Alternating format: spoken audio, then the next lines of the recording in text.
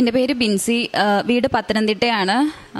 ഞാനാണെങ്കിൽ ഈ ഇവിടുത്തെ പറ്റി ഈ ഒരു മാതാവിനെ പറ്റിയും കാര്യങ്ങളൊക്കെ ഞാൻ ആദ്യമായിട്ട് ഞാൻ കേൾക്കുന്നത്, തുറന്നു പറയുകയാണെന്നുണ്ടെങ്കിൽ ഫോണിൽ ആൾക്കാർ വീഡിയോ കളിയാക്കിയിട്ടിട്ടുണ്ട്. അപ്പം ഈ ഫോണിൽ ഞാനിത് ആദ്യമായിട്ട് കണ്ട് അപ്പം ഞാനും ഇത് കണ്ട് ചിരിക്കും. എന്നിട്ട് ഞാനിങ്ങനെ ആലോചിക്കും, എന്നാലും അങ്ങനെ വരുമോ? രണ്ട് മനസ്സായിട്ട് ഞാൻ നിൽക്കും.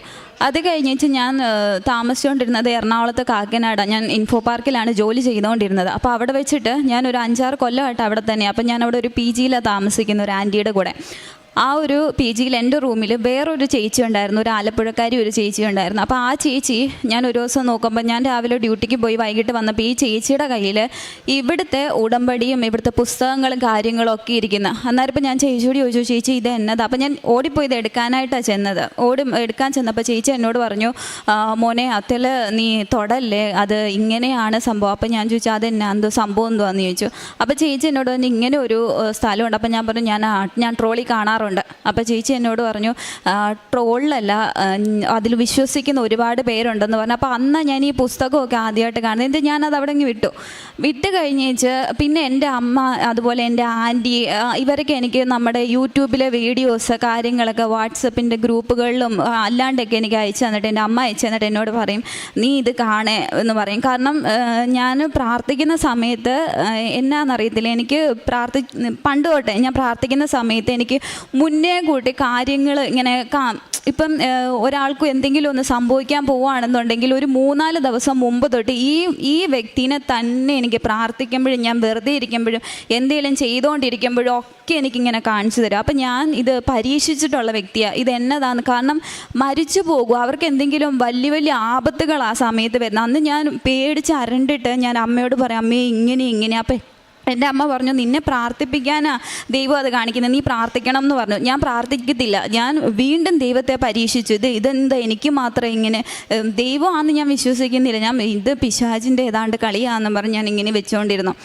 അങ്ങനെ ഇരിക്കെ ഇതുപോലെ അമ്മ എനിക്ക് അയച്ചു തന്നേച്ച് എന്നോട് പറഞ്ഞു, നീ ഇത് കാണേ, ഒരുപാട് അത്ഭുതങ്ങളുണ്ട്, ഒരുപാട് പേരുടെ അത്ഭുത സാക്ഷ്യങ്ങളുണ്ടെന്ന് പറഞ്ഞ് എൻ്റെ അമ്മ എനിക്കിത് അയച്ചു തന്നു.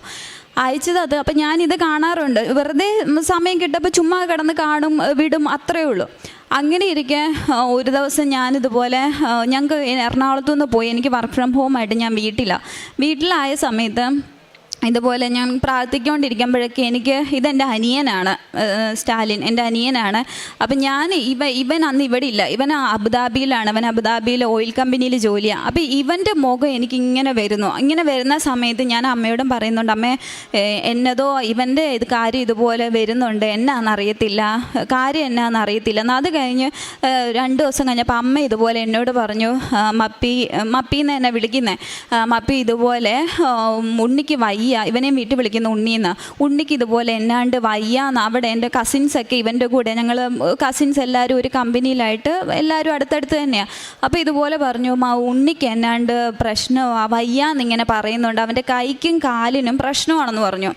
അപ്പം ഞാനാണെങ്കിൽ ഇവനെ വീഡിയോ കോൾ ചെയ്യുന്ന സമയത്തൊക്കെ ഇവന് പ്രശ്നമുണ്ടെന്ന് ഇവനറിയാം. പക്ഷേ ഇത് നമ്മളെ കാണിച്ചാൽ നമുക്ക് വിഷമാവുമെന്ന് വിചാരിച്ച് വീഡിയോ കോൾ ചെയ്യുമ്പോൾ ഇവനിങ്ങനെ ഫോൺ ചരിച്ച് വെക്കത്തേ ഉള്ളൂ, നേരെ വെക്കത്തില്ല. ഇവൻ നമ്മളോട് പറഞ്ഞില്ല. അപ്പോൾ എൻ്റെ അച്ചാച്ചൻ അവിടെ ചെന്നിട്ട് അച്ചാച്ചൻ ഇതുപോലെ പറഞ്ഞു, പ്രശ്നമുണ്ട്, അവനിങ്ങനെ പ്രശ്നമുണ്ട്. അപ്പോൾ അമ്മ ഇതുപോലെ പറഞ്ഞു, മോനെ എത്രയും പെട്ടെന്ന് ആശുപത്രി പോകാൻ ഇവനെ വിളിച്ചിട്ട് ഇവൻ ആശുപത്രി പോകത്തില്ല. അന്നേച്ച് അച്ചാച്ചൻ നിർബന്ധിച്ച് ഇവനെയും കൊണ്ട് ആശുപത്രി പോയപ്പോൾ അപ്പം സ്കാൻ ചെയ്തു. അബുദാബിയിൽ വെച്ച് നമ്മൾ അറിയുന്നത് ഇവനാണെന്നുണ്ടെങ്കിൽ തലയ്ക്കകത്തിൽ ട്യൂമറാണെന്ന് പറഞ്ഞു. അവിടുത്തെ ഡോക്ടർ പറഞ്ഞു, തലയ്ക്കകത്ത് ട്യൂമറാണ്, ഇപ്പം തന്നെ ഇത് ഓപ്പറേഷൻ ചെയ്യണമെന്ന് പറഞ്ഞു. അപ്പം അവിടെ ആരും നോക്കാനില്ല, എല്ലാവരും ഡ്യൂട്ടി ഉണ്ട്. അച്ചാച്ചന്മാരൊക്കെ ആണെങ്കിലും അവർക്ക് ഡ്യൂട്ടിക്ക് പോകേണ്ട കാര്യമുണ്ട്, ഇവനെ നോക്കാം എങ്കിൽ പോലും നമ്മൾ നോക്കുന്നതിൻ്റെ അത്രയും വരത്തില്ല. ഞങ്ങൾ എന്തോ ചെയ്തു, ഇത് കേട്ടപ്പം വല്ലാണ്ടായിപ്പോയി, എന്നാ ചെയ്യണമെന്ന് അറിയാൻ പാടില്ല. എന്നുവെച്ചാൽ ഞങ്ങൾക്കൊരു ധൈര്യം ഉണ്ടായിരുന്നു, നമ്മൾക്ക് ചികിത്സിക്കാമല്ലോ എന്നുള്ളൊരു രീതിക്ക് നമ്മൾ എന്ത് ചെയ്തു, ഇവനെ അവിടെ നിന്ന് എക്സിറ്റ് ചെയ്തിട്ട് ഇങ്ങോട്ട് കൊണ്ടുവരാനായിട്ട് ശ്രമിച്ചു. എക്സിറ്റ് ചെയ്യാനായിട്ടുള്ള പ്രൊസീജിയറിന് വേണ്ടിയിട്ട് നമ്മൾ ഒരാഴ്ചയോളം പിന്നെയും താമസിച്ചു. അപ്പോൾ ആ ഡോക്ടർ പറഞ്ഞു, ഇത് താമസിക്കാൻ പാടില്ല എന്ന് പറഞ്ഞു. എന്നുവെച്ചാൽ ഞങ്ങൾ ഇവനെ ഒരാഴ്ചയ്ക്ക് ശേഷം ഇവനെ നാട്ടിൽ കൊണ്ടുവന്ന സമയത്ത് അതായത് ഇവൻ അസുഖമാകുന്ന സമയത്ത് അമ്മ ഇതുപോലെ വീട്ടിലാകെപ്പാടെ ഭയങ്കര വിഷമമാണ്. കാരണം എന്നെക്കാളും 5-6 വയസ്സിന് ഇളയത്, ഇവൻ കുഞ്ഞാണ്. അപ്പം ഞങ്ങൾക്ക് ആകെ വിഷമമായിപ്പോയി, എന്നാ ചെയ്യുമെന്ന് അറിയത്തില്ല. ചികിത്സിക്കാം, നമ്മളെക്കൊണ്ട് ചികിത്സിക്കാം, പിന്നെ ദൈവം വിടുവിക്കണമല്ലോ. അപ്പം ഞാനിങ്ങനെ അതിനേക്ക് മുന്നോട്ട് എനിക്ക് മാതാവിൻ്റെ ഒരു സാന്നിധ്യം, ഞാനിങ്ങനെ രാത്രിയിൽ എൻ്റെ മുറിക്കകത്ത് ഞാൻ ഒറ്റയ്ക്ക് കൊന്ത ചൊല്ലുന്ന സമയത്ത് ഞാനിങ്ങനെ കേട്ടിട്ടുണ്ട്, മാതാവ് വരുമ്പോൾ മുല്ലപ്പൂവിൻ്റെ മണമാണെന്ന് ഞാൻ കേട്ടിട്ടുണ്ട്. അപ്പം ഞാനിങ്ങനെ കൊന്ത ചൊല്ലി ഇരിക്കുന്ന സമയത്ത് ഭയങ്കര മുല്ലപ്പൂവിൻ്റെ മണം, ഭയങ്കര മണം. അപ്പം ഞാനിതുപോലെ രാവിലെ എണീറ്റിട്ട് അമ്മയോടും ഒക്കെ ഞാനിതുപോലെ പറഞ്ഞു, ഇതുപോലെ അമ്മയെ ഞാൻ മാതാവ് വന്നെന്ന് തോന്നുന്നു, ഭയങ്കര മുല്ലപ്പൂവിൻ്റെ മണമായിരുന്നു എന്നൊക്കെ ഞാൻ പറഞ്ഞു. ഇവനെ എയർപോർട്ടിൽ നിന്ന് കൊണ്ടുവരാൻ പോകുന്നതിൻ്റെ 3 ദിവസം മുമ്പ്, അതായത് 6 മാസത്തേക്ക് മുന്നെയാണ് ഞാനിവിടെ വന്ന് ഉടമ്പടി എടുത്തത്. അപ്പോൾ 3 ദിവസം മുമ്പ് ഞങ്ങൾ പോയപ്പോൾ ഞാൻ കാണുന്നത്, ഇവിടുന്ന് പോയ എൻ്റെ അനിയനല്ല തിരിച്ചു വന്നിരിക്കുന്നത്. ഇവിടുന്ന് കൈക്കോ കാലിനോ കണ്ണിനോ ചെവിക്കോ ഒരു പ്രശ്നമില്ലാതെ ഒരു 21 വയസ്സുള്ള ഒരു കുഞ്ഞ് ഇവിടുന്ന് ദുബായിൽ പോയതുപോലെയല്ല, അബുദാബി പോയതുപോലെയല്ല അവൻ തിരിച്ചു വരുന്നത്. ഞാൻ കാണുന്നത് എൻ്റെ അനിയൻ വന്നപ്പോൾ അവൻ്റെ ഈ ഒരു സൈഡ്, ഇങ്ങേ സൈഡ് കോടിപ്പോയി, മുഖം ഒരു സൈഡിലേക്ക് കോടിപ്പോയി. അവന് ഈ കണ്ണിന് കാഴ്ചയില്ല, ഈ ചെവി കേൾക്കത്തില്ല, ഇവന് ഈ കൈ അനക്കത്തില്ല, ഈ കാലനക്കത്തില്ല. അവൻ മുടന്തി വരുന്നത്. അപ്പം എയർപോർട്ടിൽ നിന്ന് ഇവൻ വരുന്ന കാഴ്ചയെന്ന് പറഞ്ഞു കഴിഞ്ഞാൽ നമുക്ക് സഹിക്കാൻ പറ്റത്തില്ല. ഞാനുണ്ട്, എൻ്റെ അപ്പനുണ്ട്, അമ്മയുണ്ട്. ഞാൻ അപ്പം കരയാണ്ട് നിൽക്കും. അപ്പനും അമ്മയും കരഞ്ഞു പോയി, ഞാനും കൂടെ കരഞ്ഞ് ഞാരി പിടിച്ച് നിൽക്കും. എന്നിട്ട് ഞാൻ മനസ്സിൽ ഞാൻ അമ്മ മാതാവിനെ വിളിച്ചു, എനിക്ക് ധൈര്യം തരണേന്ന്. എന്നിട്ട് ഇവൻ വന്ന് വണ്ടിയിൽ കയറി നമ്മളവിടെ നിന്ന് ഒരു പ്രൈവറ്റ് ഹോസ്പിറ്റലിൽ ട്രിവാൻഡ്രത്ത് ഇവൻ വന്ന് ഇറങ്ങുന്നത്. ഒരു ഹോസ്പിറ്റലിൽ കൊണ്ടുപോയപ്പോൾ അവിടുത്തെ ഡോക്ടർ ചെക്ക് ചെയ്തിട്ട് പറഞ്ഞു, ഇവന് സ്ട്രോക്ക് വന്നതാണെന്ന് പറഞ്ഞു, മൈനർ സ്ട്രോക്ക് എന്തോ വന്നതാണെന്ന് ആൾ ചെക്ക് ചെയ്തിട്ട് പറഞ്ഞു. അപ്പോൾ എല്ലാവരും നമ്മളിവന് അസുഖമാണെന്ന് കസിൻസിനോട് എല്ലാവരോടും പറഞ്ഞപ്പോൾ എല്ലാവരും പറഞ്ഞു, തിരുവനന്തപുരത്ത് ശ്രീചിത്ര എന്നൊരു ഹോസ്പിറ്റലുണ്ട്, ന്യൂറോയ്ക്ക് ഏറ്റവും ബെസ്റ്റ് ഹോസ്പിറ്റലാന്ന് പറഞ്ഞു. അപ്പം അവിടെ റെഫറൻസ് ഉണ്ടെങ്കിലൊക്കെ ഏറ്റതുള്ളൂ എന്ന് പറഞ്ഞു. നമ്മൾ ഈ പ്രൈവറ്റ് ഹോസ്പിറ്റലിൽ പോയപ്പം ആ ഡോക്ടർ നോക്കിയിട്ട് പറഞ്ഞു ഇവന് സ്ട്രോക്ക് വന്നതാണെന്ന് പറഞ്ഞു. അപ്പം ഞങ്ങൾ പറഞ്ഞു, ഡോക്ടറെ ഞങ്ങൾക്ക് ആ ഒരു ഹോസ്പിറ്റലിലേക്ക് റെഫറൽ ചെയ്ത് തരാൻ പറഞ്ഞു. അപ്പോൾ രാവിലെ 5 മണിയായി. 5 മണി കഴിഞ്ഞു ഇവൻ വന്നപ്പം. എന്നുവെച്ച് ഡോക്ടർ റെഫറൽ തന്നേച്ച് ഞങ്ങൾ എന്ത് ചെയ്തു, ഇവനെയും കൊണ്ട് ശ്രീചിത്ര ഹോസ്പിറ്റലിൽ ചെന്ന സമയത്ത് ഡോക്ടേഴ്സ് ചെക്ക് ചെയ്തു. രാവിലെ പോകാൻ ഞങ്ങൾ പാതിരാത്രി 11:30 കഴിഞ്ഞു അവിടെ നിന്ന് ഇറങ്ങാൻ. ചെക്ക് ചെയ്ത് എടുത്ത് കഴിഞ്ഞപ്പോഴാണ് നമ്മൾ അറിയുന്നത്, ഞാനൊക്കെ എൻ്റെ ജീവിതത്തിൽ പോലും കേൾക്കാത്ത ഒരു അസുഖം, ക്യാവർണോമ എന്ന് പറഞ്ഞിട്ടൊരു അസുഖം. അതെന്താണെന്ന് ഞങ്ങൾക്ക് അറിയത്തില്ല. അപ്പം ഞങ്ങളിതുപോലെ ഡോക്ടറോട് ഞാൻ കയറിയിട്ട് ചോദിച്ചു, ഡോക്ടറെ ഇതെന്തുവാ സംഭവം, എന്താ ഇത്, എങ്ങനെയാണ് ഇതെന്ത് പറ്റി, ഇവൻ എങ്ങനെ ഇത് വന്നു, ഇതെന്തോ സംഭവം എന്നാന്ന് പറയാൻ പറഞ്ഞു. അപ്പോൾ ഡോക്ടർ എന്നോട് പറഞ്ഞു, മോളെ ഇത് കുഞ്ഞുങ്ങൾക്ക് ചെറുപ്പത്തിൽ വരുന്ന ഒരു അസുഖമാണ്, തലച്ചോറ് തൊട്ടിട്ട് തലയ്ക്കകത്തിൽ വരുന്ന ഒരു അസുഖമാണ്. അതായത് തലയ്ക്കകത്തിൽ നമ്മളുടെ ഈ കുമ്മിള പോലെ, അതായത് മുന്തിരി കൊലകൾ പോലെ ഇങ്ങനെ ബ്ലഡ് അല്ലെങ്കിൽ വെള്ളം ഇങ്ങനെ ക്ലോട്ട് ചെയ്യും ഞരമ്പിനകത്ത്. അപ്പോൾ ഇവനത് വന്നത് മെയിൻ സ്ഥലത്താണ്, നമ്മുടെ തലയ്ക്കകം തൊട്ട് കാല് വരെ പോകുന്ന ഒരു മെയിൻ ഞരമ്പുണ്ട്. ആ മെയിൻ ഞരമ്പിൻ്റെ സൈഡിൽ തലച്ചോറിനകത്താണ് ഇവനിത് വന്നേക്കുന്നത്. അപ്പം ഈ രോഗമുള്ള കുട്ടിക്ക് ഒരു 22 വയസ്സൊക്കെ ആകുമ്പോൾ, 21-22 വയസ്സാകുമ്പോഴേ ഇതിൻ്റെ സിംറ്റംസ് പുറത്ത് കാണിക്കത്തുള്ളൂ. അപ്പോൾ ഇവൻ ആ പ്രായമായപ്പോൾ ഇവൻ്റെ സിംറ്റംസ് പുറത്ത് വന്നത്. എന്നുവെച്ചാൽ ഞാനാണെന്നുണ്ടെങ്കിൽ ഡോക്ടറോട് ഡോക്ടർ ഇത് എന്താ ചെയ്യും. അപ്പം ഈ അസുഖം വരുന്നതെന്ന് പറഞ്ഞാൽ 1000-1-2 പേർക്കേ വരത്തുള്ളൂ ഈ അസുഖം. അപ്പം ഡോക്ടർ എന്നോട് പറഞ്ഞു, മോളെ ഒരു 6 ആഴ്ചത്തേക്ക് നമുക്ക് ടാബ്ലറ്റ് കഴിച്ചിട്ട് നോക്കാം, എന്നിട്ട് കുറവില്ലെങ്കിൽ നമുക്ക് ഓപ്പറേഷൻ ചെയ്യാമെന്ന് പറഞ്ഞു. ശരിയെന്ന് പറഞ്ഞു. എന്നിട്ട് ഞാൻ എന്ത് ചെയ്തു, അവന് മെഡിസിനൊക്കെ മേടിച്ച് വെച്ച് ഞങ്ങൾ വീട്ടിലോട്ട് പോന്നു കഴിഞ്ഞേച്ച് ഒരിടത്ത് മാത്രം റെഫറൽ വേണ്ട, വേറെ എവിടത്തേലും ഒന്നും കൂടെ കാണിക്കാമെന്ന് പറഞ്ഞിട്ട് ഞങ്ങൾ എന്ത് ചെയ്തു, വേറെ അറിയപ്പെടുന്ന ഒരു ഹോസ്പിറ്റൽ പത്തനംതിട്ടയിൽ നമ്മൾ കൊണ്ടുപോയപ്പോൾ അവിടുത്തെ ഡോക്ടർ ഇവൻ എൻ്റെ അടുത്തിരിക്കുക, അമ്മ അപ്പുറത്തിരിക്കുക.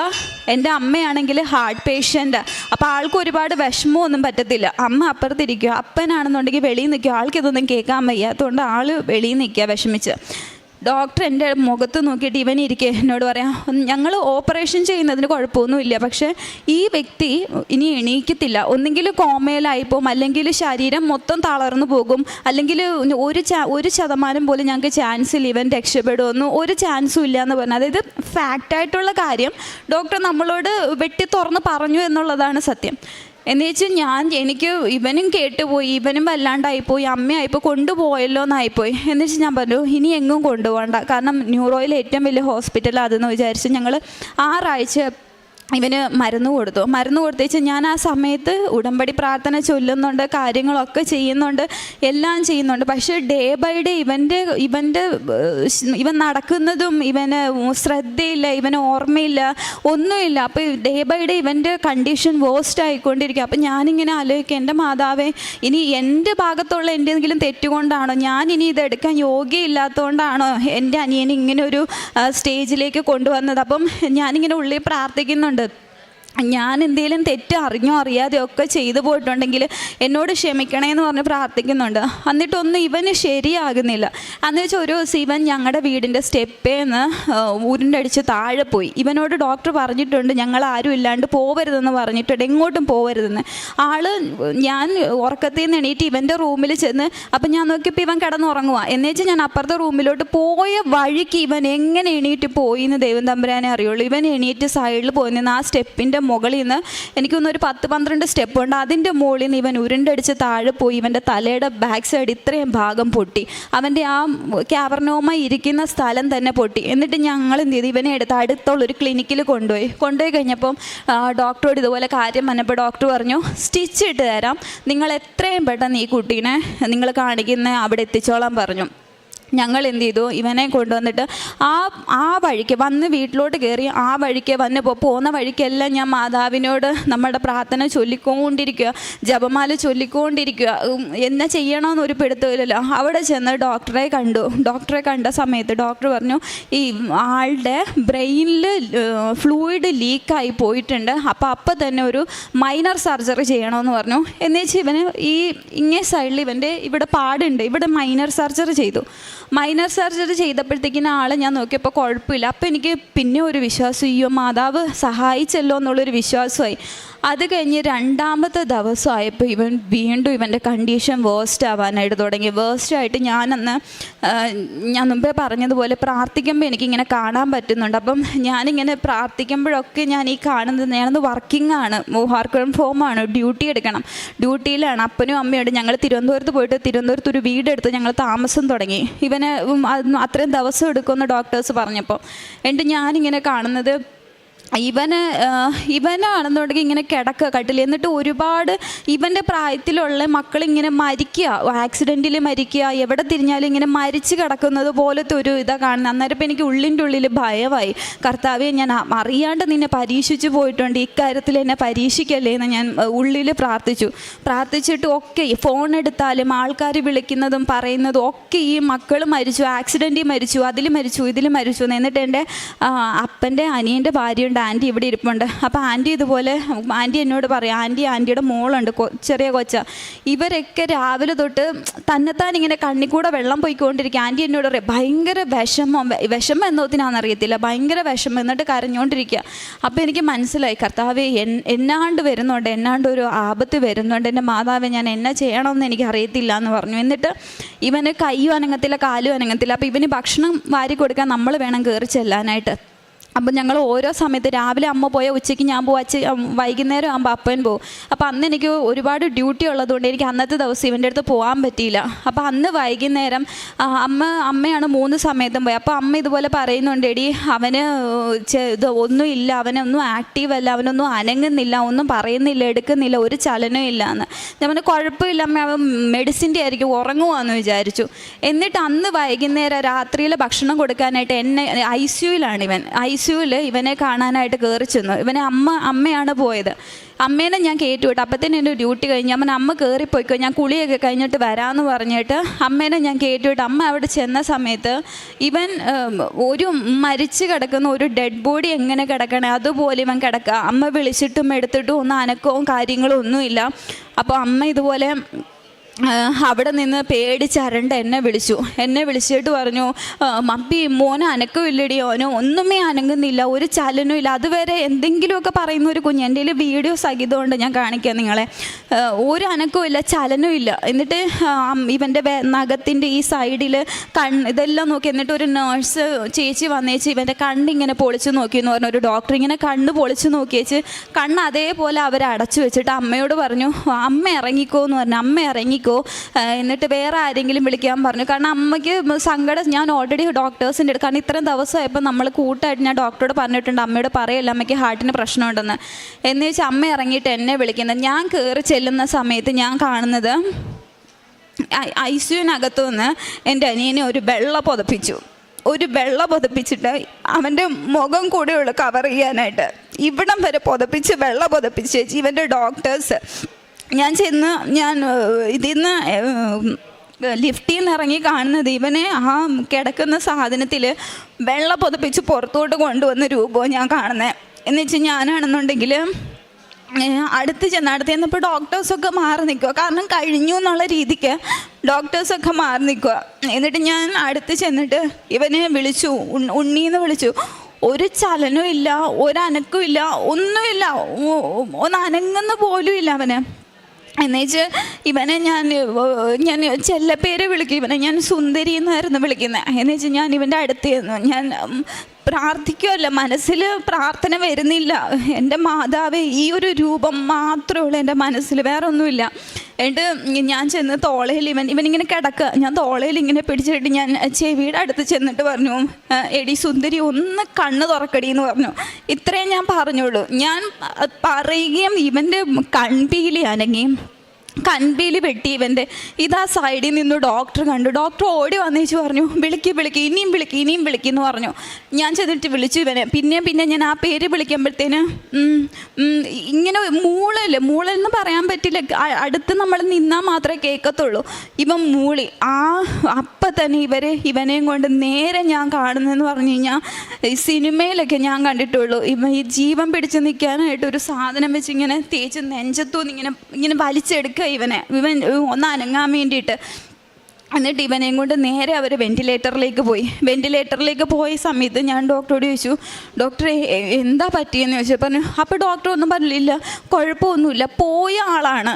ഡോക്ടർ എന്നോട് ഇങ്ങനെ പറഞ്ഞ്, പോയ ആളാണ്, ആളെ ദൈവം തിരിച്ചു തന്നു എന്ന് നിങ്ങൾ വിചാരിച്ചാൽ മതി എന്ന് പറഞ്ഞു. എന്നിട്ട് കുറേ നേരം ഞാൻ അവിടെ ഇരുന്ന് കഴിഞ്ഞപ്പോൾ ഞാൻ ഈ സംഭവമൊന്നും ഞാൻ അമ്മയോടും അച്ഛനോടും പറഞ്ഞില്ല. എന്നിട്ട് ഞാൻ എന്നിട്ട് അവിടെ NICUവിൽ കൊണ്ടുപോയി ഇവനെ. ICUന്ന് നേരെ NICUവിൽ കൊണ്ടുപോയിട്ട് എൻ്റെ അടുത്ത് ഡോക്ടർ വന്നിട്ട് പറഞ്ഞു, മോള് പൊയ്ക്കോളൂ, ഇനി പൊയ്ക്കോളൂ, എന്തെങ്കിലും ആവശ്യം ഉണ്ടെങ്കിൽ ഞങ്ങൾ വിളിച്ചോളാമെന്ന് പറഞ്ഞു. ഞാൻ ഇറങ്ങി താഴെ വന്നു. എനിക്കെൻ്റെ അമ്മയോട് പറയാൻ പറ്റത്തില്ല, എൻ്റെ അമ്മ ഹാർട്ട് പേഷ്യൻ്റാണ്, എനിക്കൊന്നും പറയാൻ പറ്റത്തില്ല. അപ്പനോട് പറയാൻ പറ്റത്തില്ല, ആൾക്ക് സഹനശേഷിയില്ല, ആൾ വീണു പോകും. ഞാൻ എൻ്റെ മനസ്സിൽ മുറുകി പിടിച്ചു. ഞാൻ എൻ്റെ മാതാവിനോട് ഞാൻ പറഞ്ഞു, എനിക്ക് എന്നെ സഹായിക്കണം, ഇത് മാത്രമേ പ്രാർത്ഥനയെന്ന് പറയാൻ പറ്റത്തില്ല, എന്നെ സഹായിക്കണമെന്ന് മാത്രം ഞാൻ മാതാവിനോട് മനസ്സിലിങ്ങനെ പറഞ്ഞതിന് ശേഷം ഞാൻ ഇറങ്ങിപ്പോയി. അന്നത്തെ ദിവസം ഉറക്കമില്ല. പിറ്റേ ദിവസം രാവിലെ ഞാൻ എണീറ്റിട്ട് നേരെ ഞാൻ കയറി പോകുന്നത് NICU ചെന്നപ്പം ഇവൻ്റെ ഡോക്ടേഴ്സൊക്കെ ഉണ്ട്. ഇവനെ നോക്കിയത് 12-13 പേരുടെ ഒരു ടീമാണ് നോക്കുന്നത് ഇവനെ. എന്നിട്ട് ഞാൻ അതിലൊരു മെയിൻ ഡോക്ടർ ഒരാളുണ്ട്, ഒന്നല്ല ഹെഡ് ഒരാളുണ്ട്, അതിൻ്റെ തൊട്ട് താഴെയുള്ളൊരു ഡോക്ടറുണ്ട്. ആ ഡോക്ടറോട് ഞാൻ ചോദിച്ചു, ഡോക്ടറെ ഇനി എന്താ ചെയ്യുന്നത്, അടുത്ത എന്താ ചെയ്യാൻ പറ്റണേ? അപ്പോൾ ഡോക്ടർ എന്നോട് പറഞ്ഞു, മോളെ ഒന്നും ഞങ്ങൾക്ക് ചെയ്യാൻ പറ്റത്തില്ല. എൻ്റെ മുഖത്ത് നോക്കി പറഞ്ഞു, ഒന്നും ഞങ്ങൾക്ക് ചെയ്യാൻ പറ്റില്ല. 3 തവണ ഇവൻ്റെ തലയിലെ ഞരമ്പ് പൊട്ടി. ഒരിക്കലും അത്രയും ഞരമ്പ് പൊട്ടുന്ന ഒരാൾ ജീവിച്ചിരിക്കില്ല. 3 തവണ ഇവൻ്റെ തലയിലെ ഞരമ്പ് പൊട്ടി. ഞങ്ങൾക്ക് ഒന്നും ചെയ്യാൻ പറ്റില്ല. ആൾ എൻ്റെ അടുത്ത് റിസ്ക് ഫാക്ടറൊക്കെ പറഞ്ഞു, ഇവൻ കോമ സ്റ്റേജിലേക്ക് പോകാം, ഇവന് കാർഡിയക് അറസ്റ്റ് വരാം, ഇവനെ നമുക്ക് തിരിച്ചു കിട്ടില്ല, 1% പോലും ഞങ്ങൾക്ക് പ്രതീക്ഷയില്ല. ഇപ്പം ഇങ്ങനത്തെ ഒരു സ്റ്റേജിലാണെന്നുണ്ടെങ്കിൽ ഇവനെ വെൻറ്റിലേറ്ററിലിട്ടെങ്കിലും നിങ്ങൾക്ക് കുറച്ച് നാൾ ഇവനെ കാണാമെന്ന് പറഞ്ഞു. അപ്പം ഞാൻ പറഞ്ഞു, ഒന്നും ചെയ്യാൻ പറ്റില്ല. അപ്പം ഇല്ല മോളെ, ഞങ്ങൾക്ക് ഒന്നും ചെയ്യാൻ പറ്റില്ല എന്ന് പറഞ്ഞു. എന്നിട്ട് ഞാൻ 4ാമത്തെ നിലയിൽ, ആ ഹോസ്പിറ്റലിൻ്റെ 4ാമത്തെ നിലയിലാണ് ഞാൻ നിൽക്കുന്നത് NICUവിൽ. അവിടെ നിന്ന് നോക്കുമ്പോൾ ഒറ്റ പാളിയുള്ള ഒരു ജനൽ മാത്രമേ ഉള്ളൂ, ഒരു മനുഷ്യനില്ല. ഇത് പറഞ്ഞിട്ട് ആൾ ICUവിൻ്റെ ഉള്ളിലേക്ക് ഡോർ അടിച്ചിട്ട് കയറിപ്പോയി. ഒരു മനുഷ്യനില്ല സഹായിക്കാൻ. പൈസ തന്നിട്ടല്ല, ആ ആശുപത്രിയിൽ വേറെ ആരും വന്നാൽ അവർ കേട്ടത്തില്ല. അതുകൊണ്ട് നമ്മുടെ ബന്ധക്കാരോടൊക്കെ പറഞ്ഞ് ആരും വരണ്ട, വന്നിട്ട് കാര്യമില്ല എന്ന് പറഞ്ഞു. ഒരാളോട് എനിക്ക് പറയാൻ പറ്റില്ല, കാരണം ഇവൻ ചെറുതായതുകൊണ്ട് എല്ലാവർക്കും ഇവനെ ഭയങ്കര ഇഷ്ടം. അപ്പോൾ ഒരാളോട് പറഞ്ഞ് എല്ലാവരും അറിയും, ആകെ പ്രശ്നമാകും, അമ്മയുടെ ചെവിയിലെത്തും. എനിക്ക് എന്നാ ചെയ്യണമെന്ന് അറിയത്തില്ല. ഞാൻ ആ ജനലിൻ്റെ അവിടെ നിന്ന് ഞാനിങ്ങനെ മുകളിലോട്ട് നോക്കി. എന്നിട്ട് ഞാൻ നെഞ്ചത്തെ കൈ വെച്ചിട്ട് ഞാൻ ഇതുപോലെ പറഞ്ഞു. അപ്പോഴും ഞാൻ ഇതേ പറഞ്ഞുള്ളൂ, മാതാവേ എന്നെ ഒന്ന് സഹായിക്കണേ, ഇത്ര ഞാൻ പറഞ്ഞോളൂ, എന്നെ ഒന്ന് സഹായിക്കണേ എന്ന് പറഞ്ഞു. എന്നിട്ട് ഞാനിതുപോലെ പറഞ്ഞു, നിങ്ങളുടെ ഹിതം എന്താണോ അവനെ എനിക്ക് തരാനാണെങ്കിൽ എനിക്ക് തിരിച്ചതായോ. എൻ്റെ അനിയനായിട്ടല്ല ഞാൻ ചോദിക്കുന്നത്, എൻ്റെ സഹോദരനായിട്ടല്ല ഞാൻ ചോദിക്കുന്നത്, എൻ്റെ അല്ല നിങ്ങളുടെയാണ്, നിങ്ങളുടെ മകനാണ്. നിങ്ങൾക്ക് വേണമെന്നുണ്ടെങ്കിൽ കൊണ്ടുപോയിക്കോ, ഇല്ലയെന്നുണ്ടെങ്കിൽ എനിക്ക് അവനെ തിരിച്ചതായോ എന്ന് പറഞ്ഞു. ഇതിൽ കൂടുതൽ അവനെ ഇനി വേദനിപ്പിക്കല്ലേ എന്ന് പറഞ്ഞു. എന്നിട്ട് ഈ ഡോക്ടർ ഇല്ലയെന്നുണ്ട് ഞാൻ ഈ വിഷമിച്ച് ലിഫ്റ്റിൽ ഇറങ്ങി താഴോട്ട് പോവാം. താഴെ ചെന്ന് ഈ ഡോറ് തുറക്കുന്നത് മെയിൻ ഡോക്ടറിൻ്റെ മുന്നിലോട്ടാണ്. അപ്പം ഞാൻ ആ ഡോക്ടറെ എനിക്ക് 1 മിനിറ്റ് ഒന്ന് സംസാരിക്കണമെന്ന്. അപ്പോൾ ആൾ ധൃതിക്ക് പോവുക വേറെ ഏതോ ഓപ്പറേഷൻ്റെ കാര്യത്തിന്. ആൾ എന്നോട് പറഞ്ഞു, മോൾ എൻ്റെ കൂടെ ലിഫ്റ്റിൽ കയറിക്കോളാൻ പറഞ്ഞു. ഞാൻ ലിഫ്റ്റിൽ കയറിയിട്ട് ഞാൻ ആ ലിഫ്റ്റിൽ വെച്ചിട്ട് ഞാൻ ഡോക്ടറോട് പറഞ്ഞു, അന്ന് എനിക്ക് കരച്ചിൽ വന്നില്ല, എനിക്ക് സങ്കടം വന്നില്ല, എനിക്ക് എവിടെ നിന്ന് ഇത്രയും ധൈര്യം വന്നു എന്ന് എനിക്ക് ഇപ്പോഴും അറിയത്തില്ല. ഞാൻ ആ ഡോക്ടറോട് പറഞ്ഞു, ഡോക്ടറെ എൻ്റെ അനിയനാണിത്, ആള് എൻ്റെ അനിയനാണ്, അപ്പം അടുത്ത എന്താ? അപ്പോൾ ഡോക്ടർ എൻ്റെ അടുത്ത് മുഖത്ത് നോക്കി പറഞ്ഞു, ഇല്ല ഇനി ചെയ്യാൻ പറ്റില്ല എന്ന് പറഞ്ഞു. ഡോക്ടേഴ്സാണ്, അപ്പോൾ അവരിതുപോലത്തെ ഒരുപാട് കേസ് കണ്ട് അവർക്ക് മരച്ചിരിക്കുന്നവർ, അവരൊന്നും ഇല്ല ചെയ്യാൻ പറ്റില്ല എന്ന് പറഞ്ഞു. ഞാൻ പറഞ്ഞു ചെയ്യണം എന്ന് പറഞ്ഞു. അപ്പോൾ പറഞ്ഞു, ഇല്ലടോ ഞങ്ങൾക്ക് അങ്ങനെ ചെയ്യാൻ പറ്റില്ല, കാരണം ഇത്രയും റിസ്ക് ഉള്ള ഒരു കാര്യം ഞങ്ങൾ ചെയ്തിട്ട് നാളെ എന്തെങ്കിലും സംഭവിച്ചു പോയാൽ നിങ്ങൾ ഞങ്ങളെ കുറ്റപ്പെടുത്തുമെന്ന് പറഞ്ഞു. ഞാൻ പറഞ്ഞു ഒരിക്കലും ഇല്ല, എൻ്റെ അനിയൻ്റെ കണ്ടീഷൻ എന്താണെന്നുള്ളത് എനിക്ക് വ്യക്തമായിട്ട് അറിയാം, ഒരിക്കലും ഞങ്ങൾ കുറ്റപ്പെടുത്തില്ല എന്ന് പറഞ്ഞു. അപ്പോൾ ഡോക്ടർ അന്ന് എന്നെ കണ്ടപ്പോൾ ഇതിലും ചെറുതാ, അന്ന് എൻ്റെ അടുത്ത് പറഞ്ഞു, അത് മോളെപ്പോലെ ഒരു കുഞ്ഞുകുട്ടി വന്ന് പറഞ്ഞു കഴിഞ്ഞാൽ ഞങ്ങൾക്ക് ചെയ്യാൻ പറ്റത്തില്ല, വലിയ ആൾക്കാരെ വിളിക്കാൻ പറഞ്ഞു. അപ്പോൾ ഞാൻ പറഞ്ഞു, ഡോക്ടറെ എനിക്ക് ഇത്ര വയസ്സുണ്ട്, ഞാനൊരു ടീച്ചറാണ്, ഇവൻ്റെ കാര്യങ്ങളൊക്കെ ടേക്ക് കെയർ ചെയ്യുന്നത് ഞാനാ പറയണം ചെയ്യണം എന്ന് പറഞ്ഞു. അപ്പോഴും ആൾ എൻ്റെ അടുത്ത് പറഞ്ഞു, ഞാനൊന്ന് ആലോചിക്കട്ടെ, ഒട്ടും ചാൻസ് ഇല്ല എന്ന് പറഞ്ഞാൽ ആൾ കയറിപ്പോയി. അപ്പോഴും എൻ്റെ പ്രതീക്ഷ എൻ്റെ കയ്യിൽ നിന്ന് പോയി. ഞാൻ മനസ്സിൽ എൻ്റെ ഓടിക്കൊണ്ടിരിക്കുന്നത് ഒരേ ഒരു വചനം, ഭയപ്പെടേണ്ട ഞാൻ കൂടെയുണ്ട്. എന്നെ ഇത്രയും നിലനിർത്തിയൊരു വചനം അത്, ഇത് പോകുന്നുണ്ട് അതിൻ്റെ കൂടെ, അത് ഞാൻ പറയുകയല്ലേ, എൻ്റെ മനസ്സിൽ കൂടെ ഓടുക.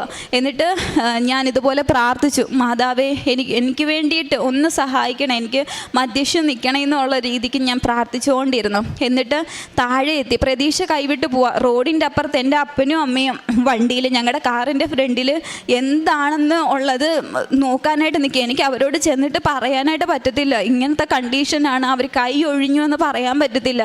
ഞാൻ കണ്ണടച്ച് ഇങ്ങനെ പോവാ ഫ്രണ്ടിലോട്ട്. ഞാൻ ആ റോഡ് ക്ലോസ് ചെയ്ത് അപ്പുറത്തും പോണേക്ക് മുന്നേ നമ്മുടെ മൊബൈൽ നമ്പറും പേരും അവിടെ കൊടുക്കും. ആ ഡോക്ടർ എൻ്റെ മൊബൈലിലേക്ക് വിളിച്ചിട്ട് പറഞ്ഞു, ബിൻസി എത്രയും പെട്ടെന്ന് NICUലേക്ക് വരാൻ പറഞ്ഞു. ആ വന്ന് അതേ സ്പീഡ് തിരിച്ച് കയറിപ്പോയപ്പോൾ ഡോക്ടർ എൻ്റെ അടുത്ത് ഇങ്ങനെ പറഞ്ഞു, ഞങ്ങൾ ചെയ്യുന്നതിന് പ്രശ്നമില്ല, ഞങ്ങൾ ചെയ്യാം, പക്ഷേ ഇതിൻ്റെ റിസ്ക് ഫാക്ടർ ഇങ്ങനെയൊക്കെയാണ്, ഞങ്ങൾക്ക് 1% പോലും ചാൻസ് ഇല്ല, ഈ ഒരു വ്യക്തിനെ ഞങ്ങൾക്ക് തിരിച്ചു തരാൻ പറ്റുന്ന 1% പോലും ചാൻസ് ഇല്ല. ഞാൻ പറഞ്ഞു ഒരു കുഴപ്പമില്ല, അവൻ അനുഭവിക്കാവുന്നതിൻ്റെ അങ്ങേയറ്റം അവൻ അനുഭവിച്ചു, അപ്പോൾ ഇനിയിപ്പോൾ എന്തായാലും കുഴപ്പമില്ല ഡോക്ടറെ എന്ന് പറഞ്ഞു. അപ്പോൾ ഡോക്ടറിൻ്റെ അടുത്ത് എന്നാൽ അച്ഛനെയും അമ്മയും വിളിച്ചോളാൻ, അതായത് ഇവനെ അവസാനമായിട്ടെങ്കിലും കാണാൻ വേണ്ടിയിട്ട് അച്ഛനെയും അമ്മേനെയും വിളിച്ചോളാൻ പറഞ്ഞു. ഞാൻ പറഞ്ഞു ഒരാളെയും വിളിക്കേണ്ട എന്ന് പറഞ്ഞു, ഒരാളെയും വിളിക്കേണ്ട, അപ്പനെയും വിളിക്കേണ്ട, അമ്മേനെയും വിളിക്കേണ്ട, ആരെയും വിളിക്കേണ്ട, കാരണം എങ്ങനെ എനിക്ക് ശക്തി കിട്ടിയെന്ന് അറിയത്തില്ല. ഉള്ളിൽ എന്തോ ഒരു ആരോ ഇരുന്ന് പറയുന്നത് പോലെ, പേടിക്കേണ്ട അവൻ തിരിച്ചു വരും എന്നുള്ള ഒരു ഇത്. ഞാനപ്പം ഡോക്ടറോട് പറഞ്ഞു, ഡോക്ടറെ ഇവനെ ജീവനോടെയാണ് എൻ്റെ അപ്പനും അമ്മയും കണ്ടിട്ട് താഴെ നിൽക്കുന്നത്, അവരുടെ മനസ്സിൽ ആ ഒരു രൂപം മതി എന്ന് പറഞ്ഞു. എന്നിട്ട് ഡോക്ടർ എൻ്റെ അടുത്ത് പിന്നെയും എടുത്ത് ചോദിച്ചു, ഒന്നുകൂടി ചിന്തിച്ചൂടെ എന്ന് ചോദിച്ചു. കാരണം ചിലപ്പോൾ ഡോക്ടറിന് എന്നോട് ദേഷ്യം വന്ന് തോന്നിയിട്ടുണ്ടാവാം ഞാൻ അങ്ങനത്തെ ഒരു തീരുമാനം എടുത്തതിന്.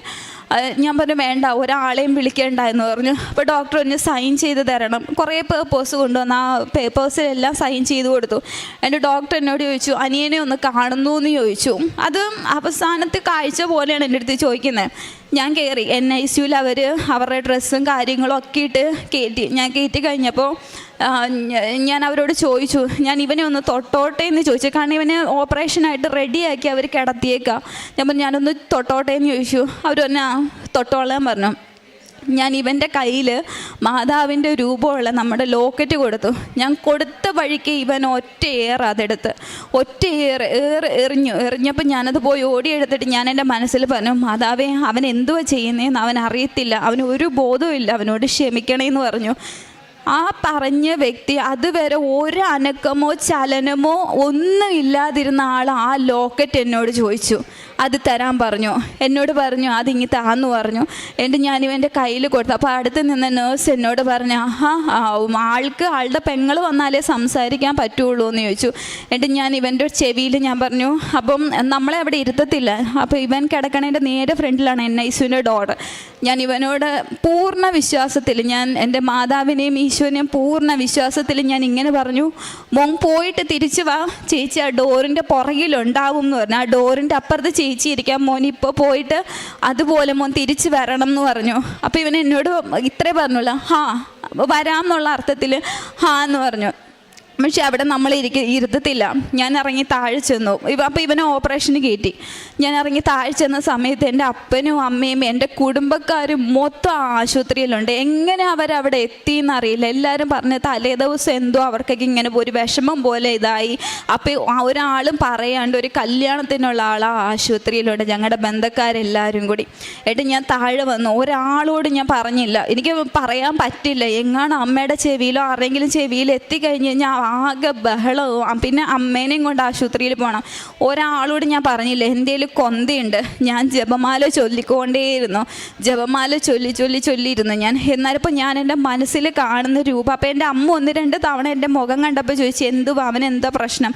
അപ്പോൾ ഞാൻ പറഞ്ഞില്ല, അവൻ്റെ ബ്ലഡ് ചെറിയ ഇതായിട്ടുണ്ട്, അപ്പോൾ അത് മാറ്റാനുള്ള ഓപ്പറേഷനാണെന്ന് പറഞ്ഞു. എന്നുവെച്ചാൽ ഞാൻ ഇവനെ താഴെ വന്നേച്ച് ഞാനിങ്ങനെ പ്രാർത്ഥിച്ചുകൊണ്ടിരുന്നപ്പോൾ ഞാൻ എൻ്റെ മനസ്സിൽ കാണുന്ന രൂപം, മാതാവ് റൈറ്റ് സൈഡിൽ, ഇവൻ്റെ ഓപ്പറേഷൻ താഴെ നടന്നുകൊണ്ടിരിക്കുക, മാതാവ് റൈറ്റ് സൈഡിലും ലെഫ്റ്റ് സൈഡിൽ ഈശോയും. അപ്പോൾ എന്നെ നോക്കി ഇങ്ങനെ ചിരിക്കുമോ ഇവർ. ഈ രൂപമാണ് ഞാൻ കാണുന്നത്. അപ്പം ഒരു സൈഡിൽ എനിക്ക് മനസ്സിലാവുന്നില്ല ഇതെന്തുവാന്ന്. അപ്പം ഞാനൊരു ദൈവമേ, ഇവരിനി ഇവനെ കൊണ്ടുപോകാനായിട്ട് വന്നതാണോ, ഇവനെ ഇനി കൊണ്ടുപോകാൻ വന്നതാണോ, അപ്പുറത്തെ സൈഡിൽ ഞാൻ ഇനി ഇവനെ എനിക്ക് തിരിച്ചു തരാനാണോ, എന്നതാണെന്ന് എനിക്ക് മനസ്സിലാവുന്നില്ലല്ലോ എന്ന് പറഞ്ഞു. എന്നുവെച്ചാൽ അത് കഴിഞ്ഞിട്ട് രാവിലെ 8:45 ഇവൻ്റെ ഓപ്പറേഷൻ കയറ്റി. വൈകുന്നേരം 3:45 ആ ഡോക്ടർ എൻ്റെ മൊബൈലിൽ വിളിച്ചു. എൻ്റെ മൊബൈലിൽ വിളിച്ചിട്ട് പറഞ്ഞു, ബിൻസി കയറി വരാൻ പറഞ്ഞു. ജീവനില്ലാത്തൊരു ശവം പോലെ ഞാൻ കയറിപ്പോകുന്നത്. കാരണം ഈ ഡോക്ടർ ഇനി എന്തോ പറയുന്നതെന്ന് എനിക്കറിയത്തില്ല. അത് വന്ന് എൻ്റെ വീട്ടുകാരോട് പറയണം. എങ്ങാണ് ഇവൻ എന്തെങ്കിലും സംഭവിച്ചു പോയി കഴിഞ്ഞ് കഴിഞ്ഞാൽ എന്നോട് എല്ലാവരും ചോദിക്കും എന്തുകൊണ്ട് പറഞ്ഞില്ല എന്നുള്ളത്. ഇതൊക്കെ മനസ്സിൽ പോകുന്നുണ്ട്. എങ്കിലും ഉള്ളിൻ്റെ ഉള്ളിൽ നീ ഭയപ്പെടേണ്ട, ഞാൻ നിൻ്റെ കൂടെ ഉണ്ടെന്നുള്ള വചനം എൻ്റെ തലയിൽ മുഴങ്ങിക്കൊണ്ടേയിരുന്നു. ഞാൻ മോളിൽ ചെന്ന സമയത്ത് ആദ്യം ഈ ഡോക്ടർ ആ ഓപ്പറേഷൻ കഴിഞ്ഞിട്ടുള്ള ആളുടെ ഒരു ഡ്രസ്സിലാണ് ആൾ NICU, തല പകുതി ഉടലും മാത്രമേ ഉള്ളൂ വെളിയിൽ, ബാക്കി NICUവിനകത്താണ്. ആളെന്നോട് ഇതുപോലെ ചോദിച്ചു, ചിരിച്ചുകൊണ്ടാണ് നിൽക്കുന്നത്. അത് കണ്ടപ്പോൾ എനിക്ക് ജീവൻ വീണു. അപ്പോൾ എനിക്ക് മനസ്സിലായി, ദൈവമേ വലിയ കുഴപ്പമില്ല. എന്നുവെച്ചാൽ ഞാനാണെന്നുണ്ടെങ്കിൽ ഡോക്ടർ ഞാൻ ചെന്ന വഴിക്ക് എൻ്റെ തോളിൽ ഇങ്ങനെ തട്ടിയേച്ച് എന്നോട് പറഞ്ഞു, താൻ എടുത്തൊരു ഡിസിഷൻ നല്ലൊരു ഡിസിഷനായിരുന്നു, കാരണം ഞങ്ങൾ പോലും ഭയപ്പെട്ടു പോയി എന്ന് പറഞ്ഞു. അവിടെ സത്യമായിട്ട് എൻ്റെ ആ ഡോക്ടർ എന്നോട് ഇന്നേ വരെ എനിക്ക് തോന്നുന്നു ആ ഹോസ്പിറ്റലിൻ്റെ ചരിത്രത്തിൽ ഓപ്പറേഷൻ കഴിഞ്ഞ ഒരാളെ കാണാനായിട്ട് കയറ്റിയിട്ടില്ല. എൻ്റെ അടുത്ത് ചോദിച്ചു, കാണുന്നു അനിയനെ ഒന്ന് കാണുമെന്ന് ചോദിച്ചു. ഞാൻ പറഞ്ഞു എനിക്കൊന്ന് കണ്ടാൽ കൊള്ളാം എന്ന് പറഞ്ഞു. നിർബന്ധം പിടിച്ചില്ല. ഞാൻ പറഞ്ഞു എനിക്കൊന്ന് കണ്ടാൽ കൊള്ളാം എന്ന് പറഞ്ഞു. അപ്പോൾ ഇവരെ സാനിറ്റൈസറും വേറെ കുറേ സാധനങ്ങളും ഡ്രസ്സും ഒക്കെ ഇട്ട് ഞാൻ കയറിയിട്ട് ഞാൻ കാണുന്ന രൂപം വെൻറ്റിലേറ്ററിലാണ് എൻ്റെ അനിയൻ. വെൻറ്റിലേറ്ററിൽ കിടക്കുന്ന എൻ്റെ അനിയൻ്റെ ഇവൻ്റെ ഈ സൈഡ് ഇത്രയും സൈഡാണ് ഇവർ ഓപ്പൺ ചെയ്തേക്കുന്നത്. ഇവിടെയാണ് സാധനം ഇരിക്കുന്നത്. അപ്പോൾ ഇവൻ്റെ ബ്രെയിൻ ഇവിടുന്ന് ഇങ്ങനെ ഓപ്പൺ ചെയ്യാൻ പറ്റുന്നത് ഭയങ്കര റിസ്ക് ആയതുകൊണ്ട് അവർ ഇത്രയും സൈഡാണ് ഇവരിങ്ങനെ ഓപ്പറേഷൻ ചെയ്തേക്കുന്നത്. ഞാൻ ചെന്ന സമയത്ത് കാണുന്നത് ഇവൻ്റെ തലയുടെ ഇത്രയും ഭാഗം പൊളിച്ച് വെച്ചേക്കുക.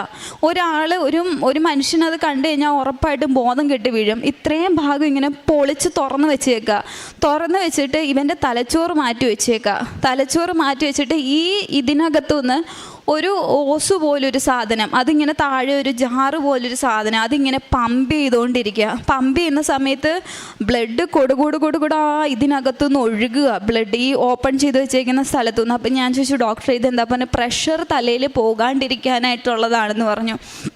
എന്നിട്ട് ഞാനിത് കണ്ട് ഞാൻ അപ്പം താഴെ വന്നിട്ടാണ് ഞാൻ എൻ്റെ അമ്മയോടും എല്ലാവരോടും ഞാൻ പറയുന്നു, ഇതുപോലെ അവൻ്റെ ഫുള്ള് മെയിൻ ഓപ്പറേഷൻ കഴിഞ്ഞു, ഇതുവരെ പ്രശ്നമൊന്നും ഇല്ല എന്ന് പറഞ്ഞു. സമാധാനിച്ചു. എനിക്ക് ഇപ്പോഴും അറിയത്തില്ല, എൻ്റെ മാതാവ് എൻ്റെ കൂടെ ഇരുന്ന് എനിക്ക് ഭയങ്കര ഒരു ശക്തിയാണ് എനിക്ക് തന്നത്. ഒരിക്കലും ഇല്ലാത്തൊരു ധൈര്യവും ശക്തി എനിക്ക് തന്നു. അപ്പോൾ അങ്ങനെ സമാധാനിച്ച് ഞാൻ ഇരിക്കുക. ഞാൻ മാതാവിനോട് നന്ദിയൊക്കെ പറഞ്ഞു. അപ്പോഴും എവിടെയോ എൻ്റെ മനസ്സിൽ എന്തോ ഒരു കരട് കിടക്കുന്ന പോലെ എനിക്ക് മൊത്തത്തിലൊരു സമാധാനം കിട്ടുന്നില്ല. അപ്പോൾ ഡോക്ടർ എന്നോട് പറഞ്ഞു, പിറ്റേ ദിവസം, അതായത് ഇവൻ്റെ ഓപ്പറേഷൻ കഴിഞ്ഞിട്ട് പിറ്റേ ദിവസം ഡോക്ടർ എന്നെ വിളിച്ച് സംസാരിച്ചിട്ട് പറഞ്ഞു, ആളിപ്പോഴും വെൻറ്റിലേറ്ററിലാണ്, കാരണം ഇവന് കാർഡിയക് അറസ്റ്റ് വരാനായിട്ട് ചാൻസ് ഉണ്ട്, അല്ലാന്നുണ്ടെങ്കിൽ ആൾ കോമയിലേക്ക് പോകാൻ ചാൻസ് ഉണ്ട്, അതല്ലെങ്കിൽ ഇവൻ്റെ തലയിൽ ഇൻഫെക്ഷൻ വരാൻ ചാൻസ് ഉണ്ടെന്ന് പറഞ്ഞു. ഇത് മൂന്നുമാണ് അവർ പറഞ്ഞ ചാൻസ്. അപ്പം നമ്മളിങ്ങനെ പ്രാർത്ഥിച്ചുകൊണ്ടേ ഇരിക്കുക, ദൈവമേ വേറൊന്നും വരല്ലേ എന്നുള്ളത്. മൂന്നാമത്തെ ദിവസം ആയപ്പോഴത്തേക്കിന് ഇവൻ കംപ്ലീറ്റ് ആയിട്ട് ഇവൻ്റെ മൈൻഡ് ഫുള്ള് പോയി. അപ്പം ചെക്ക് ചെയ്താൽ പറയണം, ഈ ഓപ്പറേഷൻ ചെയ്ത സൈഡ് ഇൻഫെക്ഷനായിട്ട് മെനിഞ്ചറ്റിസ് എന്ന് പറയുന്ന ഒരു അസുഖമായിട്ട് അത് മാറി ഇവന്. അപ്പം നമ്മുടെ പ്രതീക്ഷ പിന്നെ ഇതായി. എന്നിട്ട് എൻ്റെ ഉള്ളിൽ അമ്മയും അച്ഛനും ഒക്കെ ആകെ ഇതായി. ഞാൻ പറഞ്ഞു, ദൈവം കൊണ്ടുപോകാനായിരുന്നെങ്കിൽ ഞാൻ മുന്നമേ പറഞ്ഞു, ദൈവമേ നിങ്ങൾക്ക് വേണമെന്നുണ്ടെങ്കിൽ അവനെ കൊണ്ടുപോയിക്കോ, എനിക്ക് ഒരു പ്രശ്നമില്ല, കൊണ്ടുപോയിക്കോ, പക്ഷെ അവനെ എനിക്ക് തിരിച്ചു തരണേന്ന് തന്നിട്ട് ദൈവമായിട്ട് എനിക്ക് തിരിച്ചു തന്നത്, അവൻ ഉറപ്പായിട്ട് തിരിച്ചു വരുമെന്ന് പറഞ്ഞു. അതുപോലെ കറക്റ്റ് ഒരാഴ്ച അവന് കിടന്നു. അതിൻ്റെ ചികിത്സയും കാര്യങ്ങളും ഒക്കെയായി ഒരാഴ്ച കഴിഞ്ഞപ്പോൾ വിട്ടു. ഇപ്പോൾ അവന് ഏകദേശം ഫെബ്രുവരിയിലായിരുന്നു അവൻ്റെ ഓപ്പറേഷൻ. ഫെബ്രുവരി ആദ്യ ആഴ്ചയിലാണ് ഓപ്പറേഷൻ. അത് കഴിഞ്ഞിട്ട് അവൻ്റെ ഈ കാഴ്ച പോയ കണ്ണിൻ്റെ കാഴ്ച എൻ്റെ മാതാവ് എനിക്ക് അവന് തിരിച്ചു കൊടുത്തു. കേൾക്കാത്ത അവൻ്റെ ചെവിയുടെ കേൾവി അവന് തിരിച്ചു കൊടുത്തു. അനങ്ങാത്ത അവൻ്റെ കൈ, ആ കൈ ഒന്ന് പൊക്കി കാണിച്ച്, ഈ കൈ അവൻ അനങ്ങത്തില്ലായിരുന്നു, ഈ കൈ മാതാവൻ തിരിച്ചു കൊടുത്തു. ഇതുപോലെ നിൽക്കില്ല. ഞാനും എൻ്റെ അപ്പനും കൂടെ വെയിറ്റ് ഉണ്ട് ആൾക്ക്, ഞാനും എൻ്റെ അപ്പനും കൂടിയാണ്. അപ്പം ഇവനെ കാലിങ്ങനെ പിണഞ്ഞു പോയി രണ്ടായിട്ട്. നമുക്ക് ഇവനൊന്ന് ബാത്റൂമിൽ കൊണ്ടുപോകാനോ എന്തെങ്കിലും ഒരു ആവശ്യത്തിന് കൊണ്ടുപോകണമെന്നൊക്കെ ഞങ്ങളിങ്ങനെ പിടിക്കുക. ഞാനൊരു സൈഡിൽ പിടിക്കും, അപ്പനൊരു സൈഡിൽ പിടിക്കും. ആ ഒരു അവസ്ഥയിൽ നിന്നൊക്കെ എൻ്റെ ദൈവം ഇത്രത്തോളം അവന് വിടുതൽ കൊടുത്തു. ആത്മാർത്ഥമായിട്ട് പ്രാർത്ഥിച്ചു കഴിഞ്ഞാൽ ഉറപ്പായിട്ടും, ഒരിക്കലും ഞാൻ പ്രതീക്ഷിച്ചതല്ല എൻ്റെ അനിയനെ ഇങ്ങനെ കിട്ടുമെന്ന്. ഞാൻ നിങ്ങളൊരു വീഡിയോ കാണിച്ചു തരാം, അത് കണ്ടാൽ നിങ്ങൾക്ക് വ്യക്തമായിട്ട് മനസ്സിലാവും. ഇതായിരുന്നു എൻ്റെ അനിയൻ്റെ അവസ്ഥ.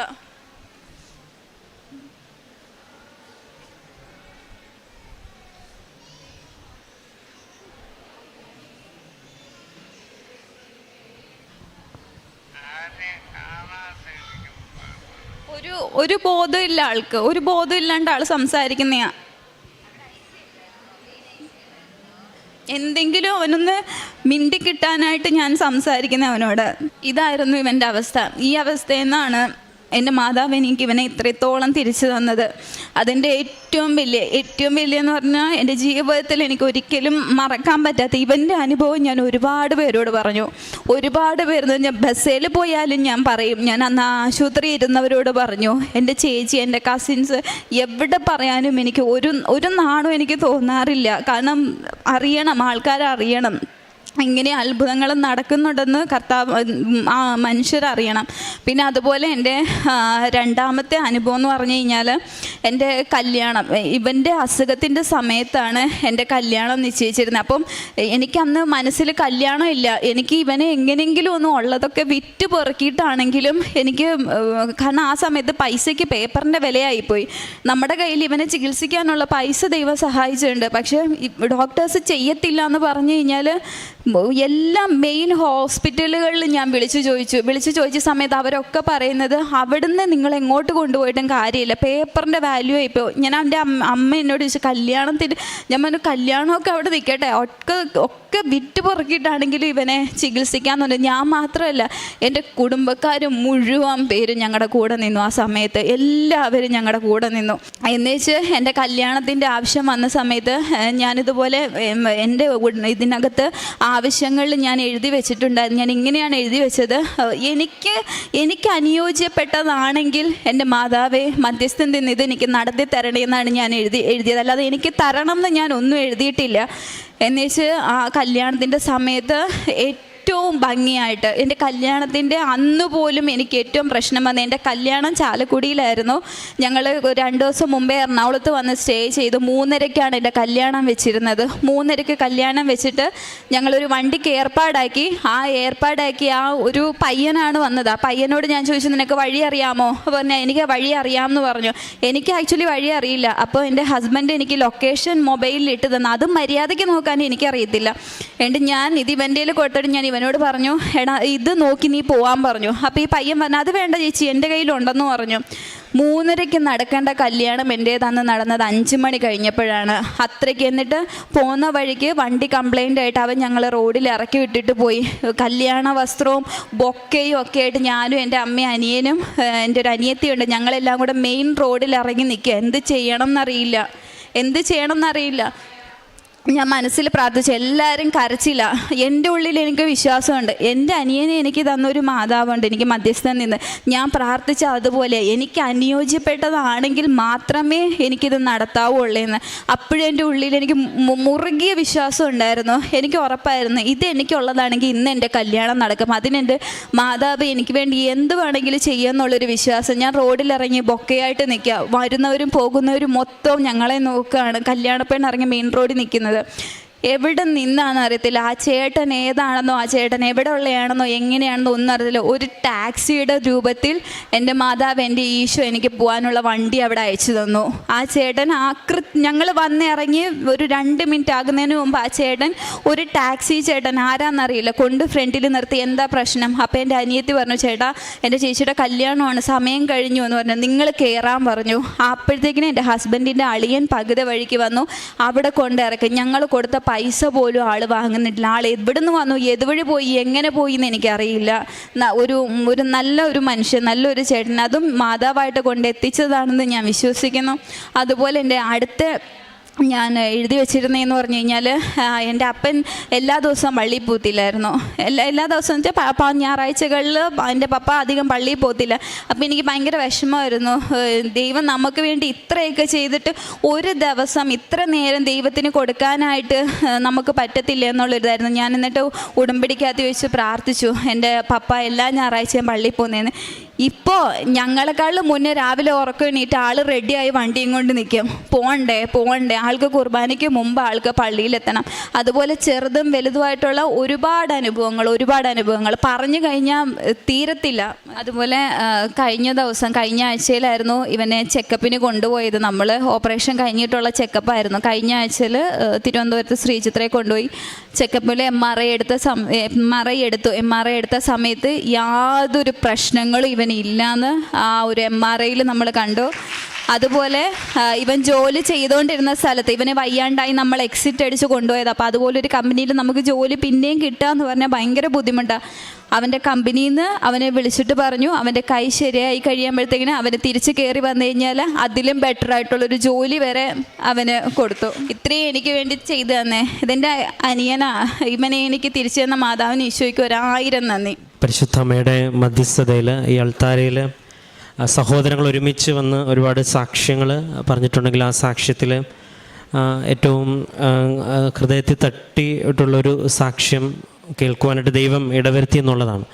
അപ്പോൾ ഈ ദൈവത്തിൻ്റെ അച്ഛൻ എപ്പോഴും ദൈവ തിരുമുൻപിൽ ഇങ്ങനെ സ്ഥിരതയോടെ വിശ്വാസത്തോടെ നിൽക്കുവാനായിട്ട് ഒരാളെ കിട്ടുക എന്നത് വളരെ പ്രധാനപ്പെട്ടതാണ്. അത് ദൈവം ഈ മകളെ പ്രത്യേകമായിട്ട് ഈ മകളെ അങ്ങനെ വിശ്വാസത്തിൽ വളർത്തിയ മാതാപിതാക്കളെ ഈ സമയം ഓർക്കുന്നു. ഒപ്പം ആ ഒരു സാഹചര്യം എവിടെയാണ് ഇതിൻ്റെ ഏറ്റവും പ്രധാനപ്പെട്ടതെന്ന് പറഞ്ഞാൽ, ഇങ്ങനെയുള്ളൊരു സാഹചര്യത്തെ ഈ വിശ്വാസത്തിൽ അതിജീവിക്കുക എന്ന് പറയുന്നത് അത് എത്ര എളുപ്പമല്ല. കാരണം ഒറ്റയ്ക്ക് ഇപ്പം ഈ മകളെ ഏറ്റവും കൂടുതൽ പറഞ്ഞു അതാണ്. കാരണം ഇങ്ങനെ മാതാപിതാക്കളുടെയും കൂടെ നിൽക്കുന്ന സഹോദരനെ നടുക്ക് നിന്നിട്ട് ഇത്രയും കാര്യങ്ങൾ ഇത്രയും വിശ്വാസത്തോടെ ഒപ്പിട്ട് കൊടുത്ത് മുന്നോട്ടൊക്കെ പോകണമെങ്കിൽ ഒരു ധൈര്യം. അപ്പോൾ ഈ പരിശുദ്ധ അമ്മയെക്കുറിച്ച് ബൈബിൾ പറയുന്നത്, പരിശുദ്ധ അമ്മയെക്കുറിച്ച് നമ്മൾ വായിക്കുമ്പോഴും നമ്മൾ ധ്യാനങ്ങളും പ്രസംഗങ്ങളൊക്കെ കേൾക്കുമ്പോൾ മാതാവിനെക്കുറിച്ച് പറയുന്നത്, മാതാവ് കടന്നു പോയിട്ടുള്ള കനൽ വഴികളിൽ മാതാവ് എപ്പോഴും ധീരമായിട്ട് നിലനിന്നുള്ളതാണ്. അത് തുടക്കം തൊട്ട്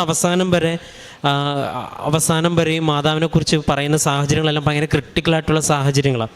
അത് ഉണ്ണീശോയുടെ കാര്യം തൊട്ട് തുടങ്ങി ഒരു ഹൃദയത്തിലൊരു വാൾ കിടക്കുമെന്ന് പറയുന്നത്, അവസാനം കർത്താവിൻ്റെ കുരിശു മരണം വരെയും ആരുമില്ലാതെ ഒറ്റയ്ക്കൊരു തീരുമാനമെടുത്ത് ആരോടും ഒന്നും പറയാതെ ഹൃദയത്തിൽ സംഗ്രഹിച്ച മാതാവ്. അപ്പോൾ ഈ ഒരു ശക്തി ഉടമ്പടിയിൽ ഒരാൾക്ക് ലഭിക്കുന്നുണ്ടെങ്കിൽ അതിൻ്റെ അർത്ഥം തന്നെ പരിശുദ്ധ അമ്മ ഈ ഒരു വിഷയത്തിൽ ശക്തമായിട്ട് കൂടെ ഉണ്ടെന്നുള്ളത്. രണ്ടാമത്തത്, അതങ്ങനെ വായിച്ചെടുക്കുന്നതിന് പകരം ഈ മകൾ തന്നെ പറയുന്നുണ്ട്, പലപ്പോഴായിട്ട് മാതാവിൻ്റെ ഒരു സാന്നിധ്യം അനുഭവിക്കാനായിട്ട് സാധിച്ചു, ഈശോയുടെ സാന്നിധ്യം അനുഭവിക്കാനായിട്ട് സാധിച്ചു എന്നും ഉള്ളതും, പിന്നീട് ഉടമ്പടിയിലെ വസ്തുക്കൾ, അത് കാശുരൂപമാണെങ്കിൽ എന്ത് തന്നെയാണെങ്കിലും അത് മാതാവ് ഉപയോഗിക്കുവാനായിട്ട് എനിക്ക് അവനിലേക്ക് എത്തുമ്പം നമുക്ക് ഈ വിശ്വാസത്തെ കൈമാറാനായിട്ട് ഒരു വസ്തു കയ്യിലുണ്ടായിരിക്കുക എന്ന് പറയുന്നത് അത് വളരെ പ്രധാനം. ഇപ്പോൾ ഒരുപാട് വലിയ സാക്ഷ്യങ്ങളിലൊക്കെയും, കാരണം നമ്മൾ ഈ പ്രാർത്ഥിക്കാമെന്ന് പറയുന്നതിനോടൊപ്പം നമ്മൾ വിശ്വാസത്തോടെ ഒരാൾക്ക് എന്തെങ്കിലും കൈമാറുമ്പം ആ വിശ്വാസത്തിന് ഒരു ശക്തി ഉണ്ടെന്ന് ആ വ്യക്തി വിശ്വസിക്കുവാനായിട്ട് ദൈവം ആ വസ്തുവിനെ ഉപയോഗിക്കും എന്നുള്ളത് ബൈബിളിൻ്റെ ശാസ്ത്രത്തിൽ വ്യക്തമാണ്. ഇപ്പോൾ മോശയുടെ കയ്യിൽ വടി കൊടുക്കുന്ന കർത്താവിനെ കുറിച്ച് നമ്മൾ പറയുമ്പോൾ വടിയില്ലാതെ കാര്യം നടക്കുക. അപ്പം ദൈവം ഒരു വിശ്വാസത്തിൽ ഒരു മനുഷ്യനെന്ന നിലയിൽ ടാൻജിബിളായിട്ട് എന്തെങ്കിലും നമ്മുടെ കരങ്ങളിലുള്ളതും അത് വിശ്വാസത്തെ പ്രഖ്യാപിക്കുമ്പോൾ അത് ദൈവാനുഭവമായിട്ട് മാറുന്നതും ബൈബിളിൻ്റെ പശ്ചാത്തലത്തിലുള്ള വലിയൊരു സത്യമാണ്. ഉടമ്പടിയിൽ അത് വളരെ വ്യക്തമാണ്. അത് പരിശുദ്ധമ്മ പലയിടങ്ങളിലായിട്ട് കാശുരൂപവും വെന്തിങ്ങായിട്ടൊക്കെ മാതാവ് പലർക്കും ഈ ധൈര്യം കൊടുക്കുന്നുണ്ട്. ഉടമ്പടിയിൽ ഇപ്പം മകൾ പറയുന്നുണ്ട്, അപ്പം ഏറ്റവും അവസാനം അപ്പച്ചൻ്റെ കാര്യം വരെ വന്ന് നിൽക്കുമ്പം ഒരു ദൈവാനുഭവം ഒരു കുടുംബത്തിലുണ്ടാകുമ്പോൾ ദൈവത്തിനോട് കൂടുതൽ കൃതജ്ഞതയുള്ളവരായിരിക്കണം എന്നുള്ളൊരു ബോധ്യത്തിൽ ഈ മകൾ സമർപ്പിച്ച് നിയോഗം നടക്കണു. അപ്പം ഇത്രയും വലിയൊരു അനുഭവം ഉണ്ടായ ഒരു വ്യക്തിക്ക് തൻ്റെ വിവാഹമെന്ന അതും അതിനേക്കാൾ വലിയൊരു, അപ്പം ഒരു പക്ഷേ ഇങ്ങനെയുള്ള ക്രിട്ടിക്കൽ മൊമെൻറ്റിലൊക്കെ എല്ലാം ഹൃദയത്തിൽ സംഗ്രഹിച്ച് പ്രാർത്ഥിച്ച പരിശുദ്ധ അമ്മയുടെ ഒരു ശക്തി ഒരു പക്ഷേ ഉടമ്പടി എടുത്ത് എല്ലാവർക്കും ലഭിക്കുന്നുണ്ട്. പ്രത്യേകിച്ച് ഈ മകൾക്ക് ഇങ്ങനൊരു സാഹചര്യത്തിലൂടെ കടന്നു പോകാനായിട്ട് ദൈവം അനുവദിച്ചു. ഒരു പക്ഷേ ഈ ഒരു ബലം അത് ദൈവത്തിൻ്റെ ഒരു സാന്നിധ്യത്തിൻ്റെ ബലമാണ്. അത് പ്രകടമായിട്ട് വ്യക്തമായിട്ട് അനുഭവിക്കാനും അത് നമ്മുടെ മുമ്പിൽ പറയുവാനും ദൈവം ഇടവരുത്തി എന്നുള്ളതാണ്. അപ്പം നമുക്ക് ഇനിയിപ്പോൾ ഈ ഒരു കുടുംബത്തിനോട് ലാസറിനെ ദൈവം ഉയർപ്പിച്ച സുവിശേഷം പ്രസംഗിച്ച ഇവർക്ക് വിശ്വസിക്കാൻ എളുപ്പമാകും. കാരണം നമ്മുടെ ജീവിതത്തിൽ ഒരു അനുഭവം ഉണ്ടാവുന്നത് വരെ, ഇപ്പോൾ ഈ മകൾ തുടക്കത്തിൽ പറഞ്ഞത് ഏതോ ഒരു ട്രോള് കണ്ട് കൃപാസനത്തിൽ വന്നെന്നുള്ള, ഒരു പക്ഷേ അത് ട്രോൾ ഉണ്ടാക്കിയവർക്ക് ചിലപ്പോൾ നന്ദി പറയേണ്ട ഒരു സാഹചര്യം പല സാക്ഷ്യങ്ങളേക്കും ഉണ്ടാവുന്നുണ്ട്. അപ്പോൾ ഒരു പക്ഷേ ഒരു പരിഹാസത്തിൽ നിന്ന് ആരംഭിച്ച് ഇപ്പോൾ കർത്താവിനെ കുറിച്ചും പറയണേ എന്നാ, കർത്താവിനെ അവസാനം കുരിശുമരണത്തെ കുരിശ് കിടന്നിട്ട് പോലും പരിഹസിച്ചു എന്നുള്ളതാണ്. കർത്താവിനെ കുറിച്ച് പറയണത് അത്ഭുതം നടത്താൻ പോയപ്പോൾ അവിടെ കൂടെ, ഇപ്പോൾ പരിഹാസം ഈ സുവിശേഷത്തിൻ്റെ ഭാഗം തന്നെയാണെന്നുള്ളത് ഏറ്റവും പ്രധാനപ്പെട്ടതാണ്. പക്ഷെ അങ്ങനെ ഒരു ആരംഭത്തിൽ നിന്ന് ആരംഭിച്ച് ഇന്ന് ഇത്രയും പേരുടെ മുൻപിൽ ഇത്രയും വലിയൊരു ദൈവാനുഭവം പറയാനായിട്ട് ദൈവം ഇടവരുത്തിയെന്നുണ്ടെങ്കിൽ അത് വ്യക്തമാണ്. അപ്പം ഈ ഒരു കുടുംബത്തിനോട് ഇപ്പോൾ ലാസറിനെ ഉയർപ്പിച്ച ദൈവത്തിൻ്റെ സുവിശേഷം പറഞ്ഞാൽ ഇനി നമ്മളാരും വിശ്വസിച്ചില്ലെങ്കിൽ ഈ കുടുംബം അല്ലെങ്കിൽ ഈ വ്യക്തി വിശ്വസിക്കും. കാരണം വ്യക്തമായിട്ട് ജീവിതത്തിൽ അനുഭവം ലഭിക്കുന്നത് വരെ ഈ ദൈവവും വിശ്വാസവും അടയാളങ്ങളും അത്ഭുതങ്ങളും ഒക്കെ ഒരു പക്ഷേ പരിഹസിക്കുവാനും വിശ്വസിക്കാൻ പറ്റാത്ത യുക്തിയില്ലാത്ത കുറേ പറയുന്നവർ കുറേ കാര്യങ്ങൾ. അപ്പം ഇത് ഉടമ്പടിയിൽ പരിശുദ്ധ അമ്മ ശക്തമായിട്ട് പ്രാർത്ഥനയോടൊപ്പം നിലനിൽക്കുന്നുണ്ട്. അതിലേറ്റവും വലിയൊരു സാക്ഷ്യം ഇവിടെ നിന്ന് കേൾക്കുവാനായിട്ട് ദൈവം ഇടവരുത്തി. ഇപ്പോൾ ഈ ഒരു സാക്ഷ്യം അതും രണ്ടും ചെറുപ്പക്കാരായിട്ടുള്ളവരാണ്. അതാണ് ഇതിൻ്റെ മറ്റൊരു പ്രത്യേകത. കാരണം ഒരു വിശ്വാസ ജീവിതത്തിൽ എപ്പോഴും ഒരു മാറ്റവും കുറവുണ്ടാകുന്ന ഈ കാലഘട്ടത്തിൽ രണ്ടുപേരും ഈ അൾത്താരയിൽ വന്ന് സാക്ഷ്യം പറയാനായിട്ടുണ്ടെങ്കിൽ ഈ പറഞ്ഞതിനപ്പുറം, ഇപ്പം ഞങ്ങൾ പറയുന്നുണ്ട്, പറഞ്ഞതിനപ്പുറം വലിയൊരു കാര്യങ്ങൾ പറയാനുണ്ട്.